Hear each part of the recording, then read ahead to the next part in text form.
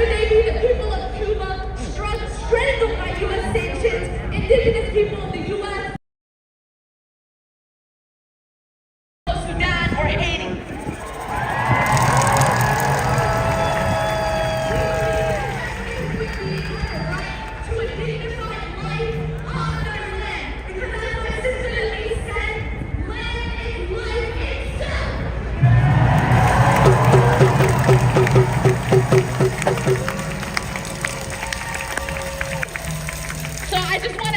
Teaching you all a chant that I just learned in Palestine, which means death over a life of indignity. Death rather than humiliation, okay? So repeat after me, it's in Arabic.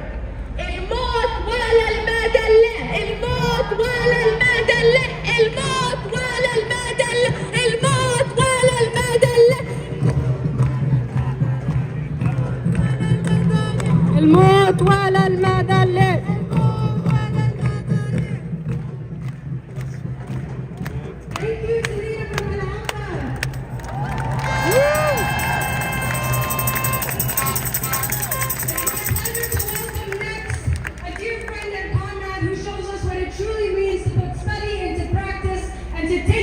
Streets.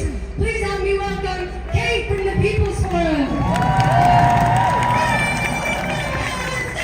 Free, free Palestine! Free, free, free Palestine! Free, free, free Palestine! Free, free Palestine! Free, free Palestine! Free, free, free Palestine! Free, free, free Palestine!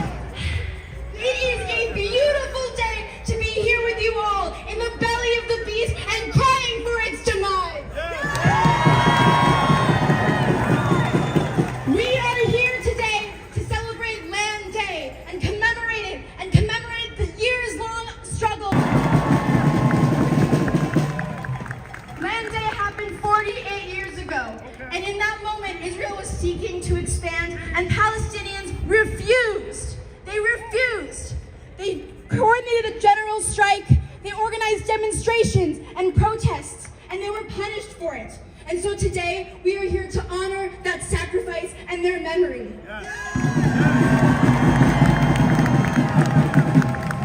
But also, how do we honor their sacrifice and their memory? We remember them, of course, but we also take action. Land Day, we remember it because it was an essential point of unity for Palestinian people. Right. It marked a shared, undeniable truth that it was necessary to fight for liberation. And so they took that fight into their own hands. And year after year, we celebrate Land Day because we celebrate the ongoing fight, the ongoing determination of Palestinian people and solidarity allies everywhere.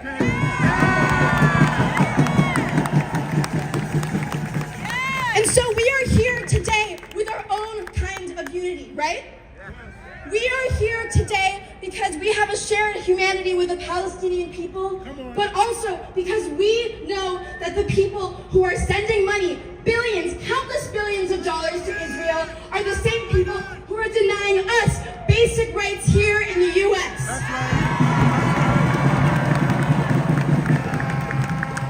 We can see it, right, in the news every single day. We see it when bridges collapse due to workplace negligence, right? Shame! We see it as Cuba is continued to be strangled by U.S. sanctions that deprive them of medical necessities. We see it as Haiti faces the looming threat of foreign intervention, punished for being the first country to abolish slavery. To this day, and we refuse a world. We refuse a world that burns olive groves and orange trees. We refuse a world that allows oil to spill into the water we drink. We refuse a world that clouds the sky with ash and smoke.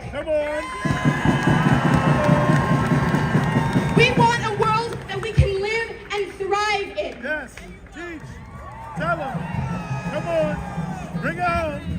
I'm from the People's Forum, so I gotta do a little bit of political education. Okay, and that's just to say, if you haven't heard of Thomas Sankara before, he was the leader of the revolution in Burkina Faso against French colonialism, and also an adamant and outspoken ally of the Palestinian struggle. And he famously said, we must dare to invent the future. Come on. We must dare to invent the future. Every day, every week that we see you out here, we are all daring to build a new future. Every week at the People's Forum, hundreds of people come to do outreach in their community, on trains, in local businesses. And every action they take is us daring to build a future that we know we can see, that we can build, that we can have, that they deny us. And so I hope to see you all on the streets, and hope to see you on Mondays, and until Palestine is free. In our thousands, in our millions, we are all Palestinians.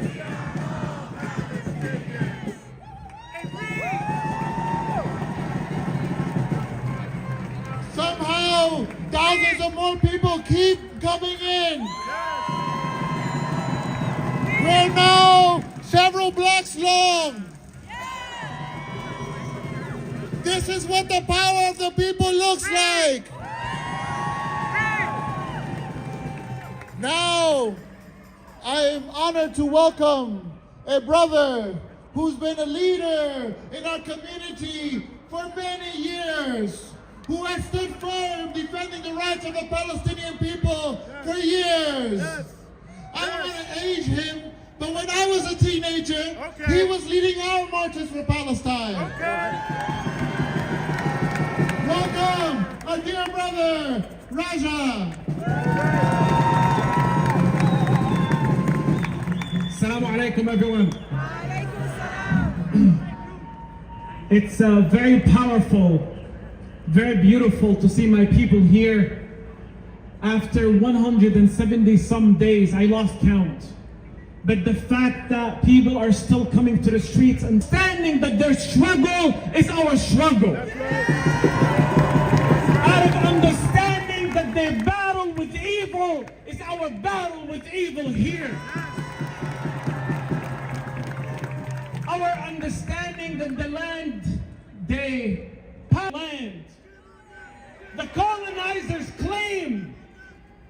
the colonizers claim that Palestine should be inhabited by the so-called civilized European white man because the colonizers thought that this land can be used as a rampart of Europe against barbaric Asia. The colonizers thought that the land of Palestine can be used as so-called civilization outpost in the region. The colonizers thought that this land doesn't belong to human beings, that they're willing to sacrifice their life for that land. The holy land that to them is that everything they live for. The colonized, that they see the land not only a source of water and food, but a source of dignity and pride.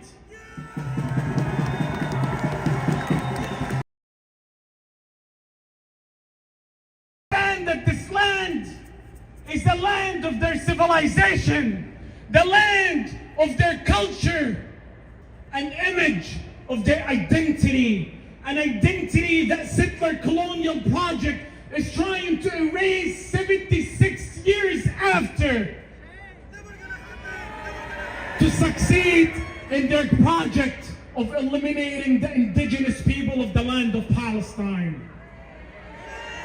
76 years after, and the people of Gaza are standing tall. 76 years after,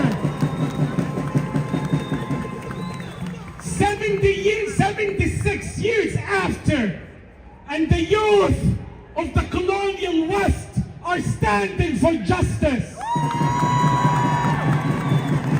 Who would have thought that the European colonizers in the 19th century, that the people for justice, the people for the running up for justice,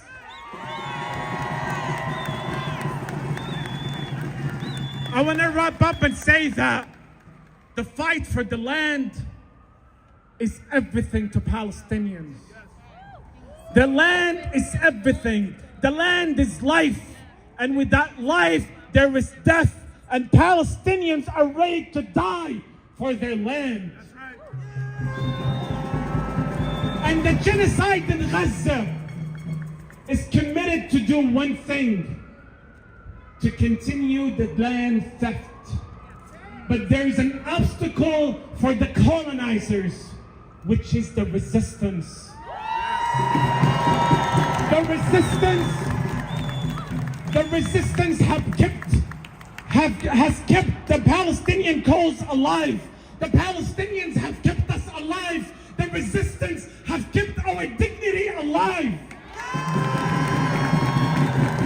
And the settler colonial project thinks that the only way to crush the resistance is to kill the people that support and breed resistance.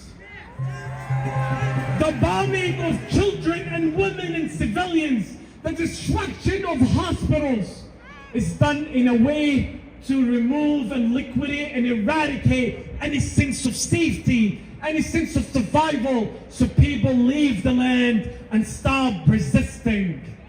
But guess what? 175 days and people of Gaza are saying, we will continue to resist. We will continue to resist. We will continue to sacrifice everything, including our lives, to this land, because the land of Palestine is our land, and without this land, there is no Palestine, and that will never happen. And finally, Zionism is an extension of the European colonial ideologies that existed in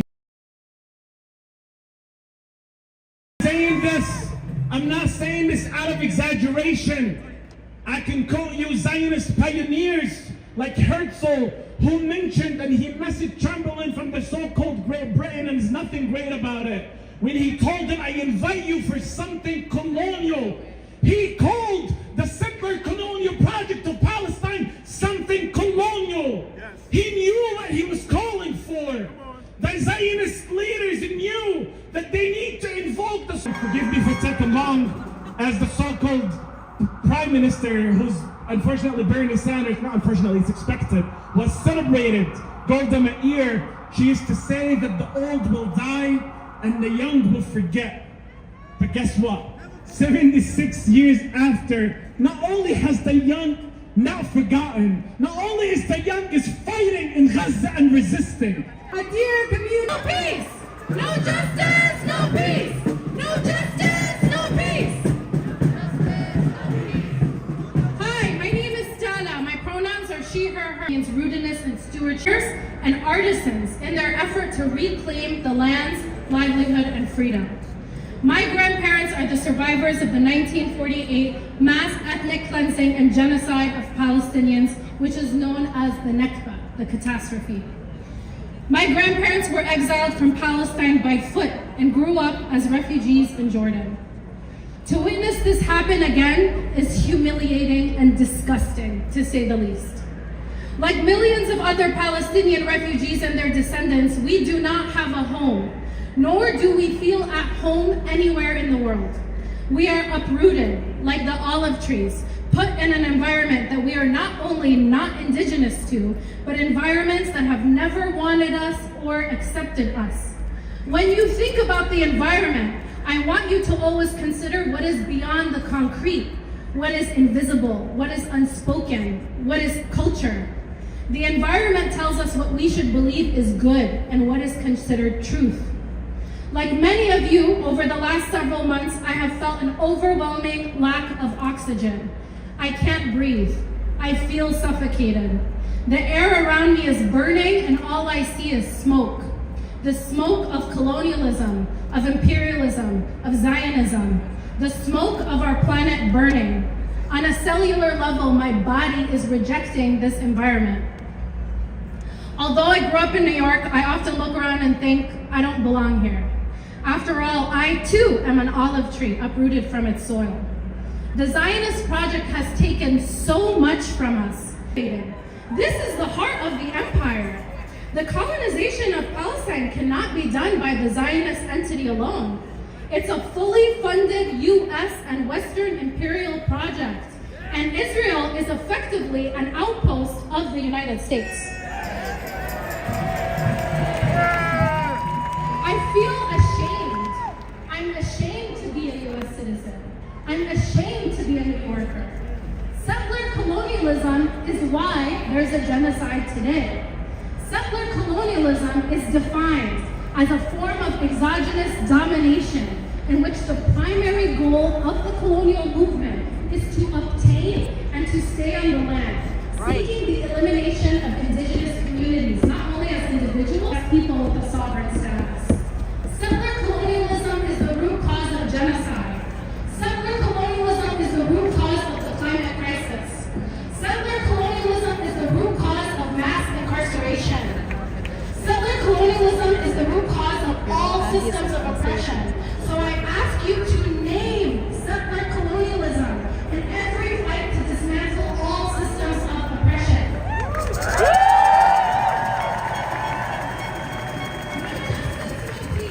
Justice doesn't mean stop sending weapons to Israel. Justice means Palestinians getting their land back.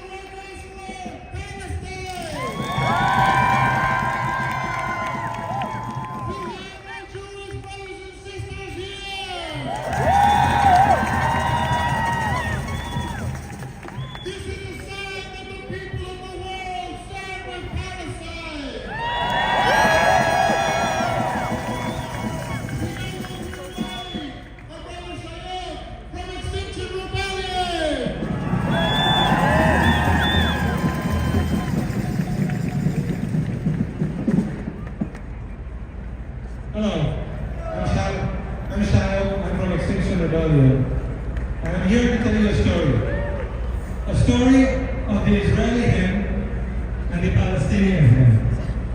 It's a story that comes to us from the Palestinian mathematician Munir Fashe. The Palestinian hymn is a happy-go-lucky creature. The Israeli hymn is kind of helpless. Those of us who live in the industrialized West, we are a bit like the Israeli hymn. We are kind of helpless. We are so helpless that we can't even take a shit without the help of an industrialized product.